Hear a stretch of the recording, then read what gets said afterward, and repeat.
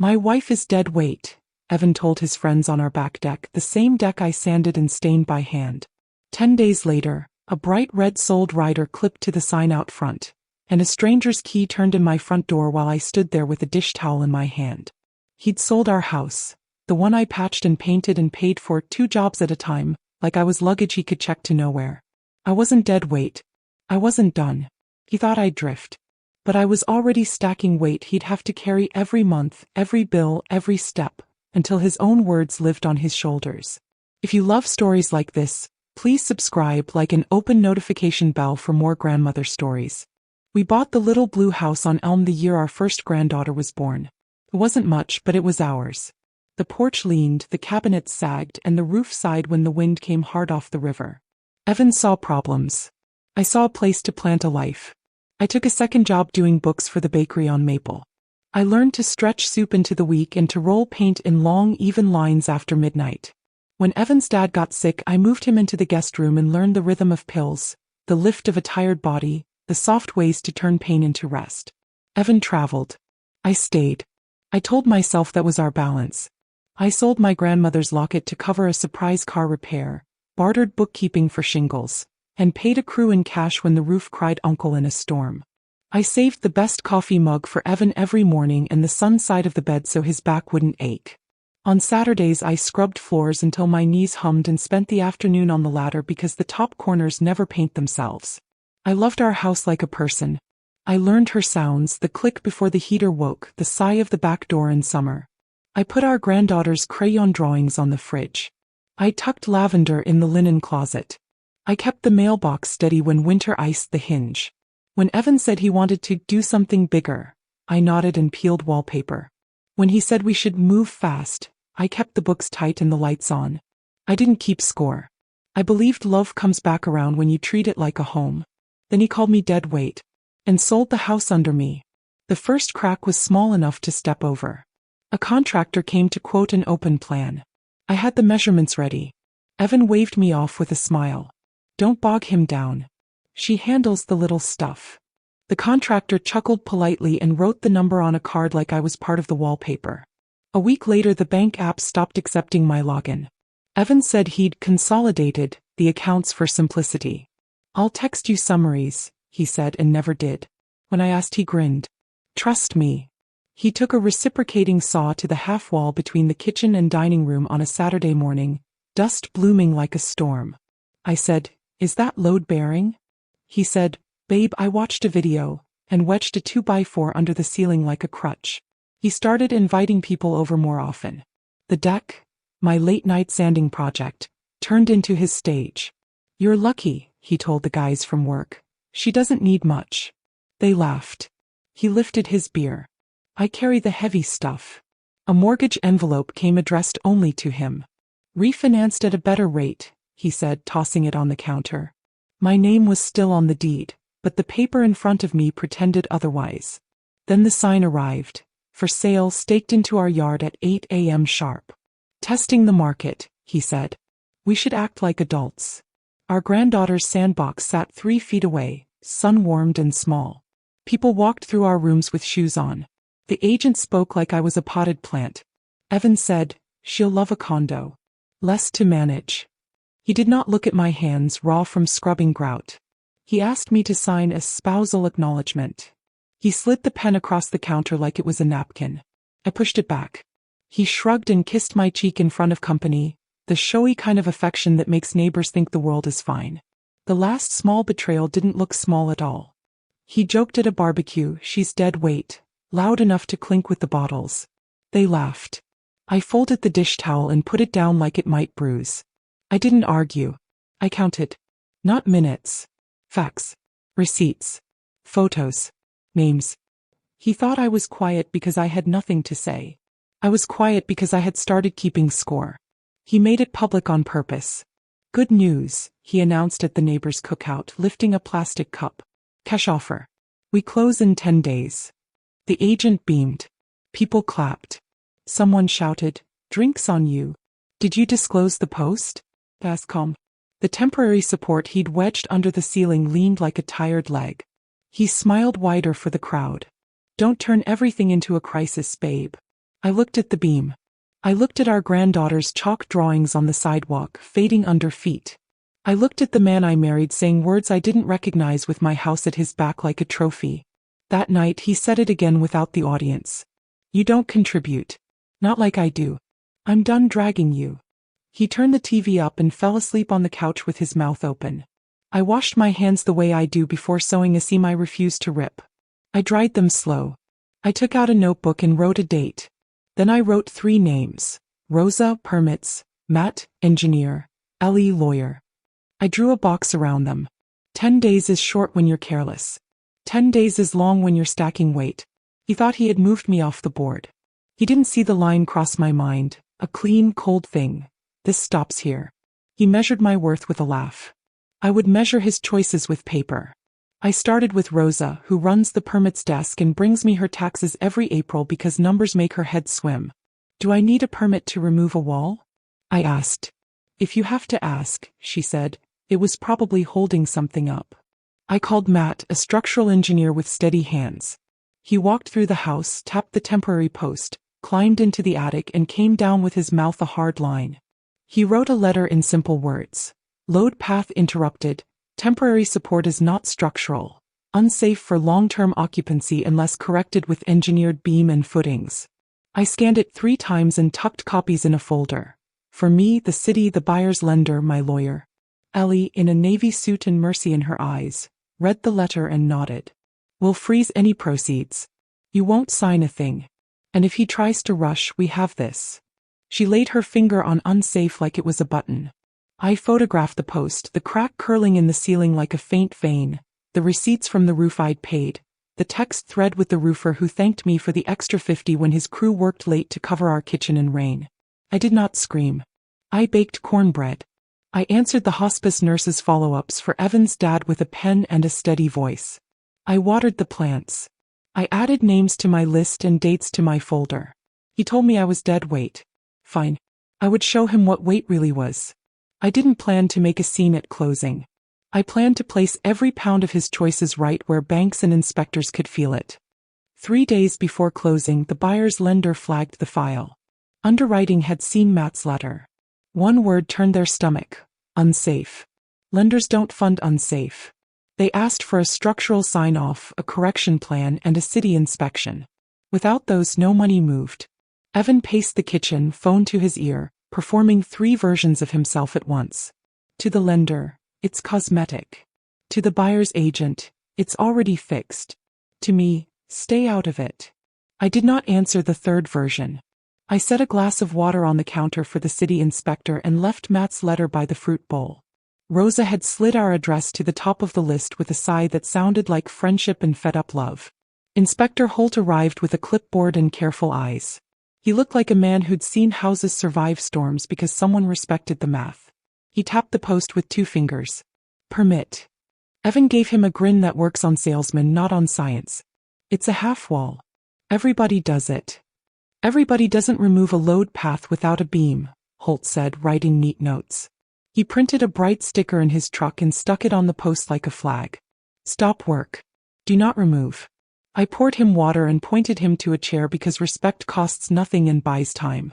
He explained, slow and kind, how the path would need restoring. Engineered LVL beam, proper footings in the crawl space, temporary bracing during the install, final inspection after drywall. Banks won't close with an active stop work, he added, almost apologetic.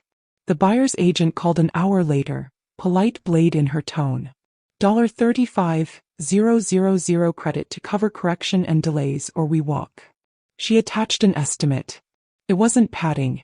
It was truth, rounded to include dust containment, finish work, and 6 weeks of living with a forest of temporary posts. Evan did his math by gritting his teeth. We're not doing that, he snapped. We'll close as is. As is turns into never, she said and withdrew the offer. The sold rider came off. The sign leaned tired in the yard. Evan kicked it, called me names he learned from men who build nothing but noise, and stomped inside. I slept. Not because I didn't care. Because I finally felt the house breathe. It's a quiet sound, the relief of a structure that knows someone is listening. By 9 the next morning, Ellie had a court time. In our state, you can't sell a marital home and shove your spouse into the street. Not when the marriage built sweat equity and the spouse can prove she kept the lights on and the roof dry. The judge froze the proceeds from any future sale, pending division. The title company marked the file. The freeze meant if he sold later, he couldn't touch a penny without me.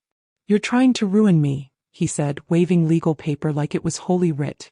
"I'm trying to make you honest," I said, and went back to my list. He tried to take the short, cheap road. "I'll do the beam myself." Matt met him at the door with quiet, useful words. "You don't have the permit. You don't have the jacks. You don't have the crew.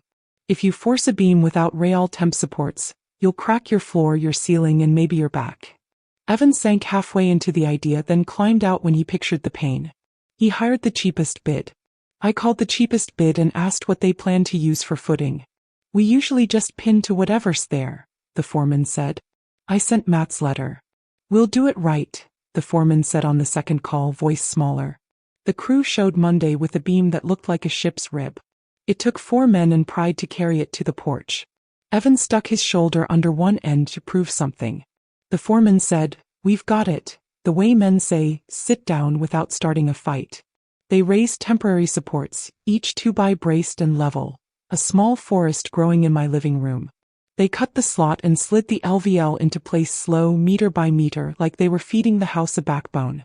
The house made a sound then, a long, low sigh that people who don't love houses won't hear. Matt tapped the beam, checked the load, and nodded. "Footings," he said. The crew disappeared into the crawl space with shovels and rebar. Dirt thumped into buckets and came out like the past, heavy but moving. On day 3, Holt returned. He looked, he measured, he smiled with one corner of his mouth, the inspector's version of a cheer. "Proceed," he said, and printed a fresh sheet for the window. While the crew carried wood and concrete and math, I carried the rest. I moved medication lists and called ride services for Evan's dad because you can't roll a walker through a thicket of shoring posts. I paid the overdue roofer invoice from my bakery tips and texted him to say thank you again for covering the kitchen in the storm. He texted back a heart and a, "You always did right by us."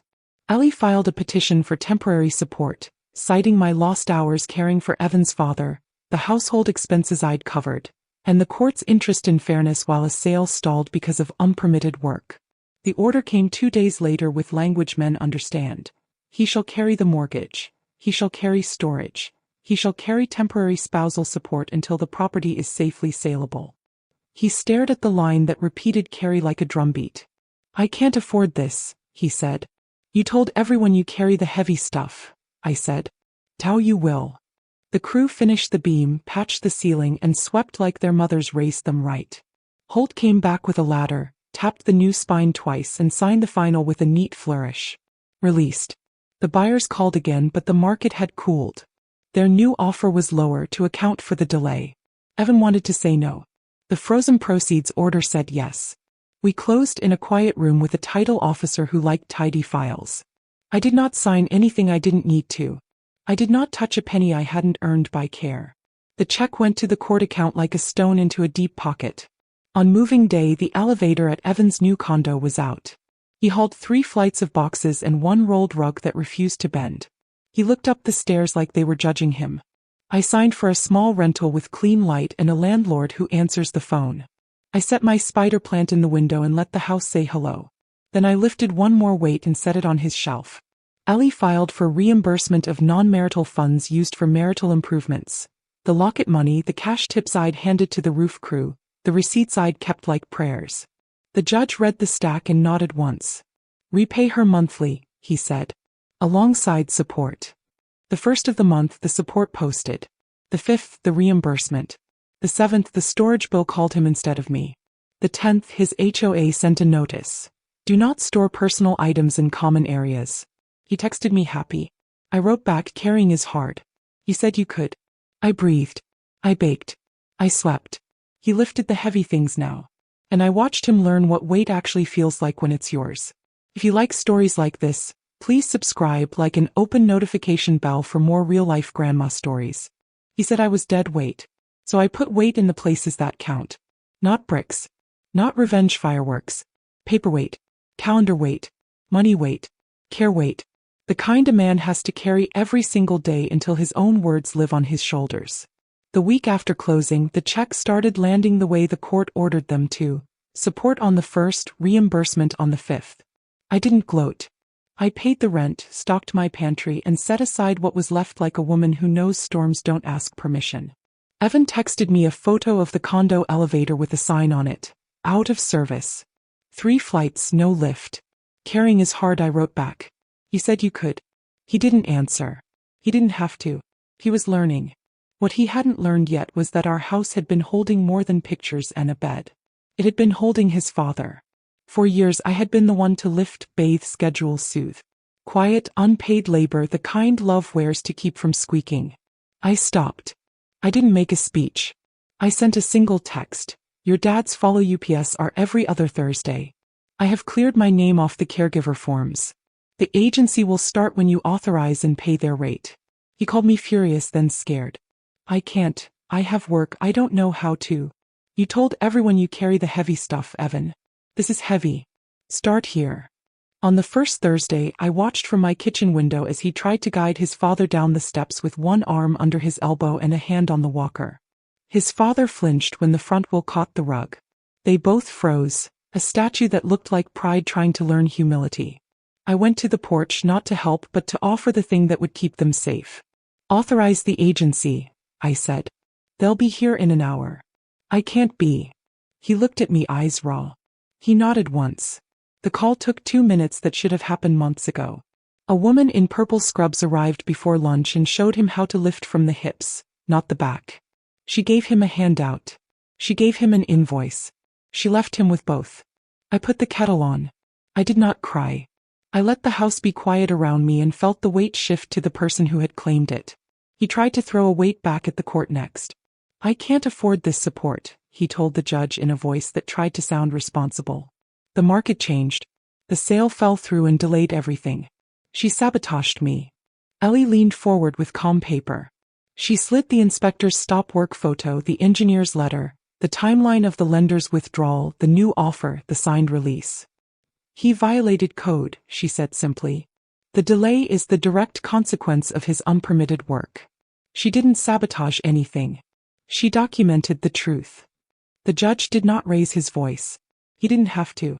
Petition to modify is denied, he said, and added 2 more weights I had asked for quietly. Wage garnishment so I didn't have to wait, and a Cutero to split his retirement the way a marriage splits years. Down the middle with math, not memory. I did not smile in the hallway. I bought a cup of coffee that tasted like sanity and texted Rosa a thank you for telling me which courtroom moved on time. When the first garnishment hit, Evan called me from the parking lot of his gym, breathless fury coming apart at the edges. You're taking everything. I'm taking back what I laid down, I said. If you want to carry less, put down the story where I owe you my silence. He hung up. Silence weighs too when it lands on a chest that used to thump loud. The condo taught him the next lesson. The HOA mailed a letter with 3 lines and a fine. Boxes cannot remain in common areas. Noise quiet hours begin at 10. Special assessment due for elevator repair. He had stacked his life in the hallway because the stairs kept saying no. The assessment bill made the no bigger. He lugged a flat screen up 3 flights alone at 9:30 while I watered basil in my kitchen and listened to the faint thud of effort through the window. Halfway up, his grip slipped and the cord whipped like a tail. He swore. He sat on the landing and put his head down on his arms. When he stood, he lifted smarter, closer to the body, the way the nurse had shown him with his father. Learning hurts. That's not cruelty. That's physics. On Saturday, he rented a storage unit across town to hide what didn't fit. The bill hit on the 7th and bounced on the 8th. The unit called him at work. Your card declined. He paid with another card, one with a higher rate. Weight shifts. It never disappears. I didn't block his number. I left it alone. Let the ring find his pocket and remind him what he had promised in front of people who clapped for the heavy stuff. He tried charm next. He showed up at the community center where I volunteer on Tuesdays and spoke to the director with a smile I remembered from better years. We're starting a men's group, he said. I could help with fundraising. The director, a woman with soft eyes and a spine like rebar, shook his hand and asked for references. We don't host men who call the women who built their lives dead weight, she said when he left. We host men who lift chairs after the event without being asked. I didn't put those words in her mouth. She watched the neighborhood the way women do, with ears that hear between lines. That night I taught a small class in the same room, how to prepare your house to sell without getting hurt. Rosa came with permit forms. Inspector Holt did a Q&A about load paths and beams. A young couple asked why permits mattered if the work was fine. Holt answered without anger. Because houses remember. I didn't mention Evan's name. I didn't need to. He stood at the back of the room for 5 minutes and then left before the questions ended. I watched his shoulders go down the hall and thought, carry it then. Carry the part where you want to be seen as good without doing the good thing. Taxes arrived like weather. The 1099s from the sale slipped into his mailbox because he'd insisted on being the point. He had spent months talking about fresh starts without doing any accounting for the year behind him. He called me in a panic when the preparer asked for receipts he didn't have and dates he didn't know. We'll owe, he said, meaning I'll owe, but not ready to say it. File the truth, I said. You'll carry less later if you do. He sent a text the next day. I can't believe you're okay with this. I'm not okay, I wrote back. I'm accurate. He didn't reply. Honesty has no echo. The near miss came in the spring and it was small enough to ruin people. He lost one support payment behind when the elevator assessment doubled for a second round. He told himself he'd catch up next month. Ellie filed a notice before the thought cooled. The court scheduled a compliance hearing. He walked in with a tie that looked like apology. The judge listened, eyes even, and said a short, strict plan. Catch up by the 15th or face a contempt citation. I didn't want him in cuffs. I wanted him in shoes that knew the floor. He paid by the 10th. Some men only stand up straight when the ceiling comes down to meet them. When his father fell in the bathroom that May, the phone rang at 6:12 a.m. the way phones ring when the world wants you to remember what matters. The agency nurse had gotten him stabilized. He needed stitches. Evan's voice was thin. I can't get him to the car. You authorized transport last month, I said. Use it. He paused like he had been waiting to hear I'm on my way. I did not say it. Hand your phone to the nurse, I said instead. She read the transport number from the magnet on the refrigerator and made the call. When the van pulled up, Evan tried to lift his father onto the gurney by himself. The driver stopped him with one palm and a lesson. We do this together or we don't do it. Later that day at the year I brought a bag with clean clothes and a soft blanket because his father always hated hospital sheets. I put the bag on the chair. I'm heading to work, I told Evan. The nurse has my number if she needs to reach me about meds. You sign the discharge. You carry the instructions. You can do this. He nodded, lower lip chewed, eyes on the clipboard. He didn't thank me. He didn't have the breath. I left and cried in my car, 2 tears not for him but for the shape of the missing. All the ways we used to be one team before he tried to prove he could carry more by dropping me. I wiped my face. I went to the bakery and balanced the week's receipts with fingers that could hold numbers and grief at the same time. In June, the storage unit held an auction for delinquent lockers. It's a legal thing. It's also a spectacle. Tyler texted me from a friend's phone. Dad's watching them sell his fishing gear. He looks sick. You don't have to watch, I wrote back. I know, he replied. I just didn't want him alone with it. I put my hand on the counter and breathed. My grandson had a spine and he had mercy.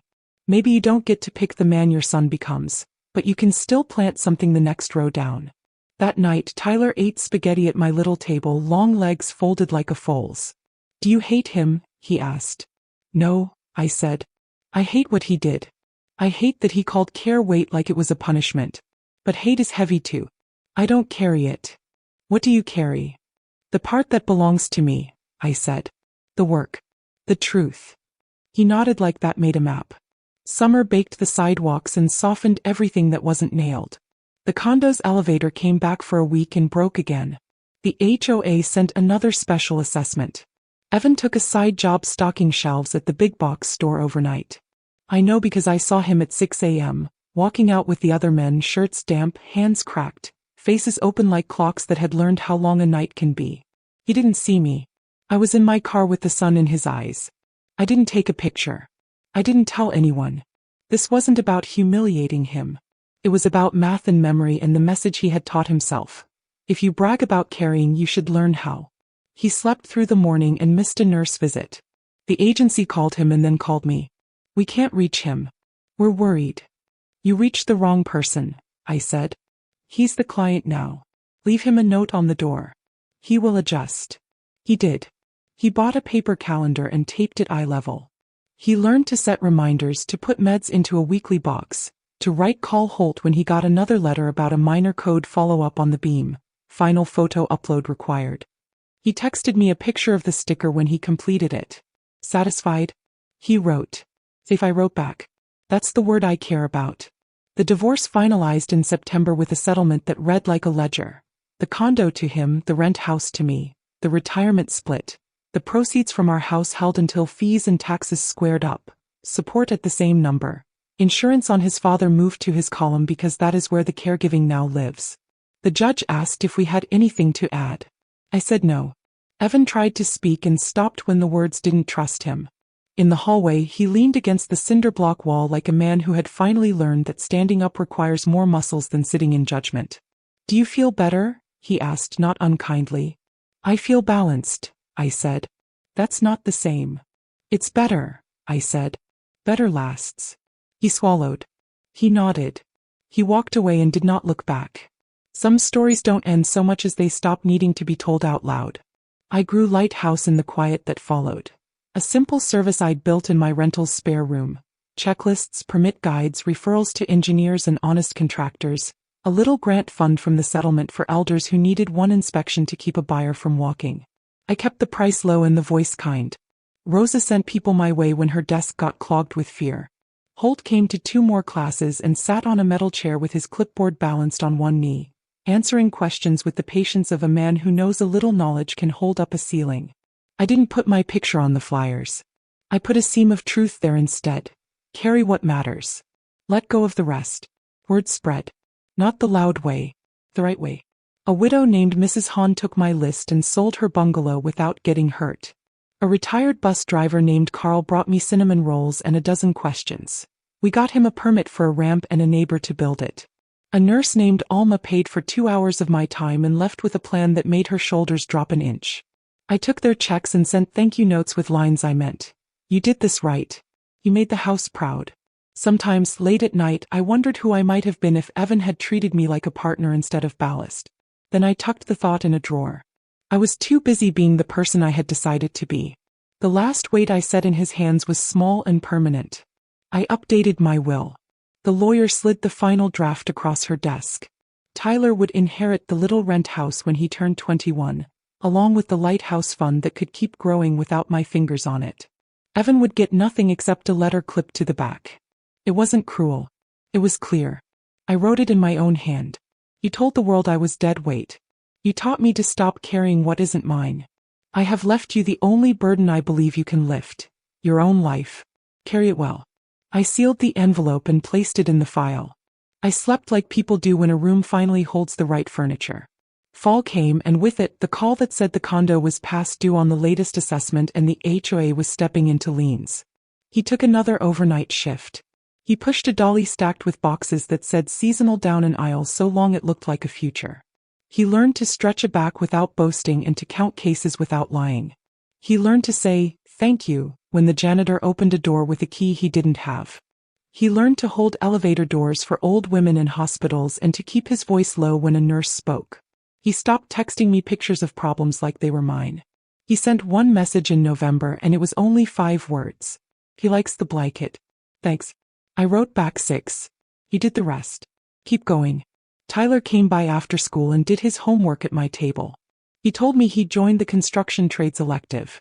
We're learning framing, he said, proud. Load paths. Load paths, he said, eyes bright. Our teacher says houses remember.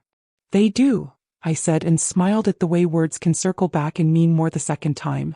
If you like stories like this, please subscribe, like an open notification bell for more grandmother stories. On an ordinary Tuesday between a permit consult and a pan of cornbread, a moving truck blocked my street. Evan had sold the condo to cover the liens and downsized to a walk-up closer to his job. He texted me his new address for the paperwork we still shared about his father. Unit 4C. No elevator. I pictured the stairs. I pictured the boxes. I pictured the man who once laughed on my deck learning to lift with his legs, to ask for help when the dresser hit the second landing, to tip the delivery guys for the extra flight, to carry what he had promised he could. I did not drive over. I sent a tip instead. Masking tape on your fingertips will help with the cardboard burn. Live slow. Breathe. He wrote. Then thanks. A small word. A right one. He said I was dead weight. So I made him carry the only thing that was ever his. The cost of his choices, the care of his father, the truth of his name when no one is watching. Not once did I put a finger on a scale I didn't build. I didn't take his job. I didn't smear his face on flyers. I didn't whisper in ears. I stacked weight where it belonged, on forms, in court orders, on calendars, inside quiet rooms where men learn how to listen, and on the back of a man who bragged about lifting without knowing what lifting means. I watched him wobble and then steady. I watched him sweat and then learn. I watched him fail small and fix it before it grew teeth. I watched him become someone I could nod at across a hallway and not bleed. People think poetic justice is loud. Sometimes it is a beam sliding into place, a stamp on a paper, a paycheck that shows up exactly when the law says it should, a nurse knocking at a door because a son finally signed his name where it belonged. He said I was dead weight. I made him carry more than he could handle until the weight taught him how. And then, only then, I put my hands down and let the house in my chest take a long, even breath.